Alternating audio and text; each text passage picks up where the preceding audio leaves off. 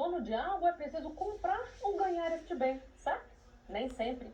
A legislação brasileira abre espaço para um instituto chamado uso capião. Após determinado período de tempo, o indivíduo que se encontra na posse de um bem imóvel ou imóvel, como se dono fosse, sem qualquer interferência ou autorização do proprietário, pode adquirir sua propriedade. Mas para isso precisa cumprir alguns requisitos. A uso capião vale para áreas rurais e urbanas. E recentemente, o Supremo Tribunal Federal decidiu que ela também se aplica a apartamentos em condomínios verticais. O programa de hoje fala sobre os tipos de uso capião e como isso se relaciona com uma garantia expressa no artigo 5º. A nossa Constituição garante o direito de propriedade.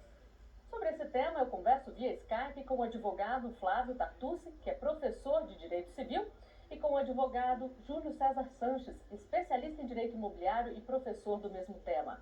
Muito obrigada pela presença de vocês aqui conosco. Doutor Tartucci, a uso capião é uma prova de que o direito de propriedade é garantido pela Constituição, mas não é um direito absoluto? Isso mesmo.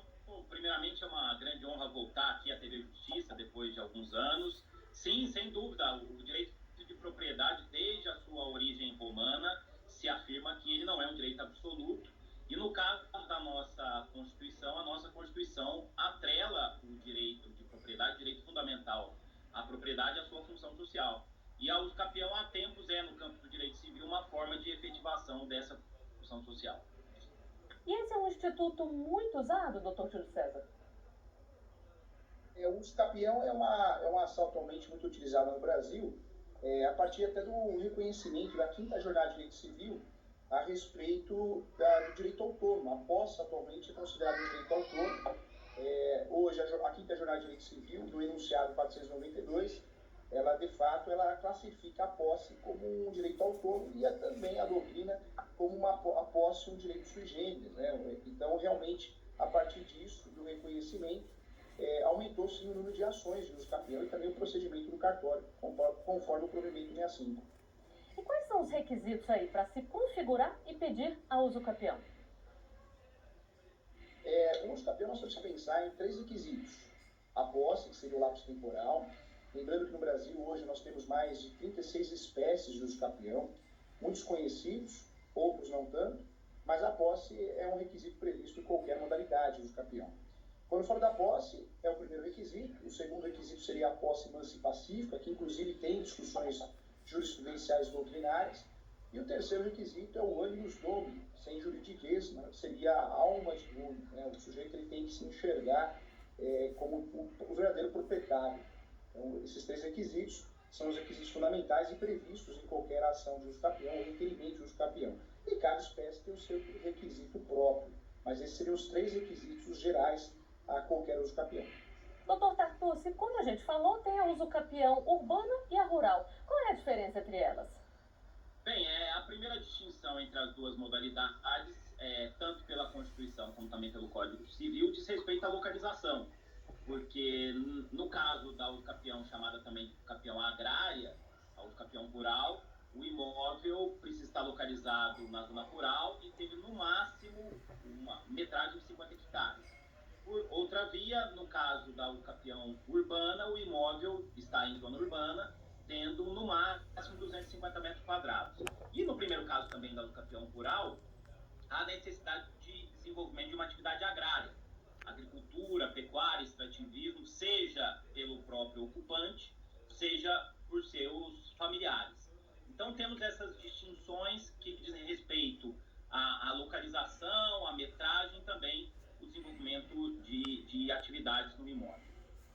E por maioria, os ministros do Supremo Tribunal Federal reconheceram que a uso capião urbano pode ser aplicada também a apartamentos. A decisão foi tomada durante a análise do caso de uma mulher de Porto Alegre, que pedia uso capião do imóvel onde ela vive.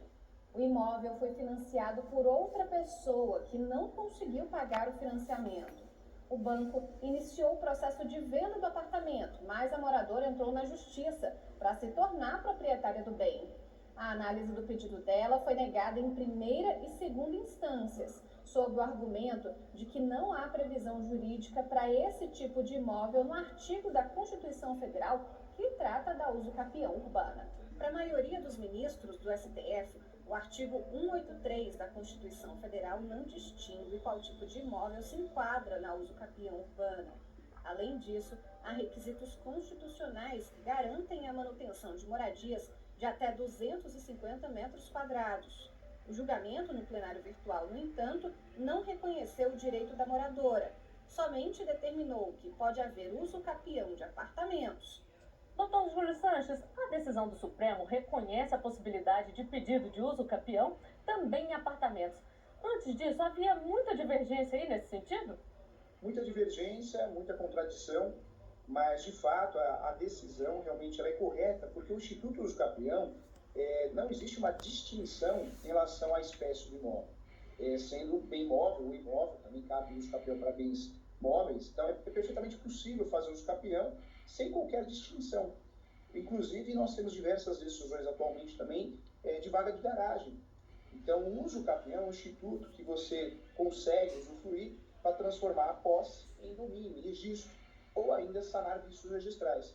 Não existe aí uma classificação vinculada à espécie de imóvel, mas sim de direito. Doutor Sanches, o senhor falou aí de pedido de uso capião de garagem, isso é um caso curioso. Quais são os outros tipos de bens imóveis que podem ter esse pedido de uso capião? O uso capião ele pode ser utilizado tanto para bens móveis como bens imóveis. E quando eu falo de bens imóveis, é qualquer tipo de imóvel, não existe distinção.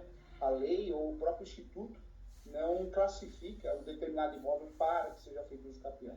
Falando em imóvel, tem os requisitos, eu posso usufruir da uso capião.